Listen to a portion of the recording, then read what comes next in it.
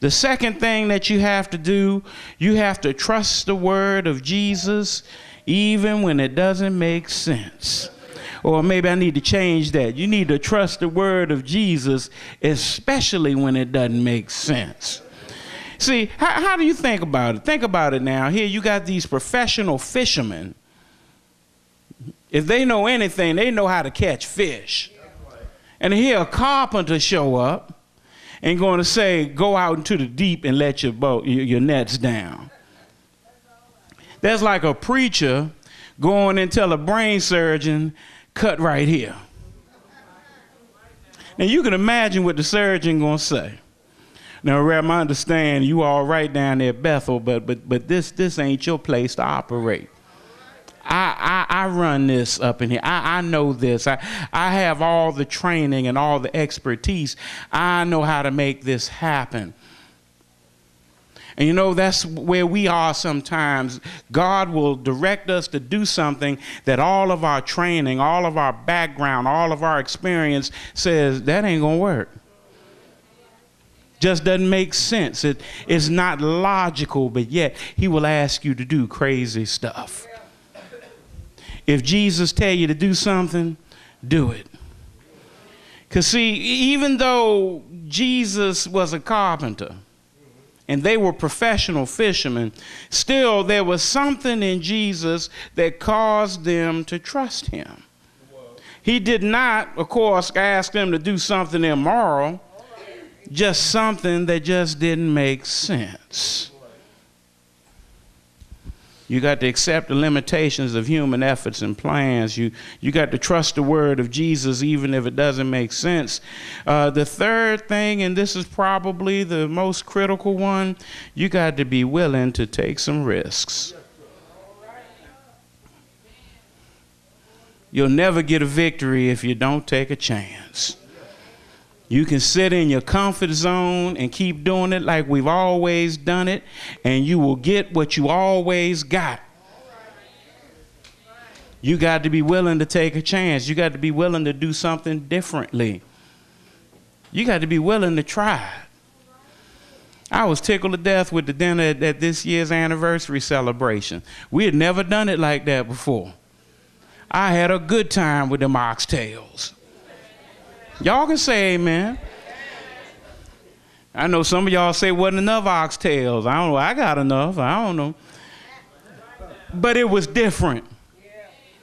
We didn't have the same old. It was just something a little different. And when you branch out and try something different, you get a different result. You got to be willing to take a risk. See, when Jesus asked them to go out, they went out into deep water. He didn't say just go over. No, he said go out to the deep. Now, I don't know if you all have ever seen pictures of a Galilean fishing boat, but believe me, I wouldn't take it out in 5 feet of water, let alone in deep water. They were not big boats. They were itty-bitty boats. I'd feel more comfortable going out on somebody's bass boat than on what these guys went out on every day. They were no longer than about 25 feet, no wider than about 4 feet. It was made of wood. They leaked. And Jesus said, all right, let's go out to the deep.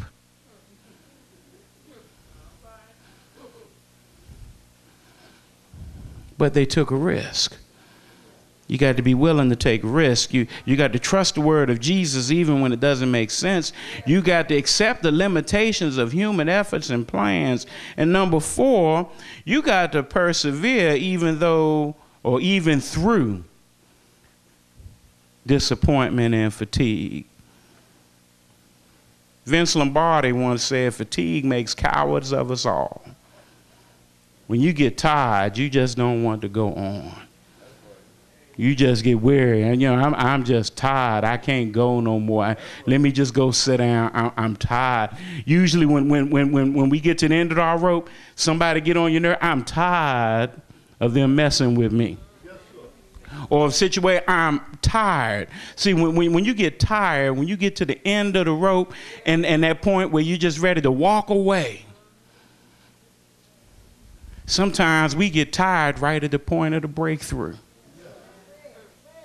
If we could have just held on just a little while longer.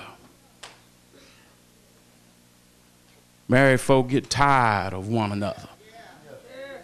I'm just tired that he won't pick up his fill in the blanks.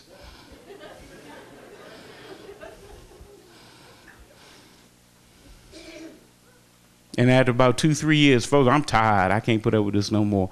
But you miss out the blessings of being with someone 10, 15, 20, 30, spending the rest of your life with this individual that you love because you got tired. Sometimes you got to press on through the fatigue. I'm tired. Let me just go somewhere and catch my breath, but I'm not quitting. Peter and Andrew, James, and John had fished all night long. Jesus said, okay, let's go out into the deep. They could have said, man, we tired. We going home. But yet, they launched out into the deep, though they were tired. And you know, let's be real. They probably were saying, well, let me go on. I don't think anything out there. We ain't caught nothing. He ain't going to catch nothing either, but let's go do it anyway. But they pressed on. You got to accept the limitations of human efforts and plans. You got to trust the word of Jesus even when it doesn't make sense. You got to be willing to take risks. Number 4, you have to persevere even through disappointment and fatigue. And number 5, you got to remember the importance of teamwork. I don't care what you do, you can't do it by yourself. You could be the best of anything, but you can't do it by yourself. You could be the smartest thing that ever came along, but somebody might come in and see something that you overlooked.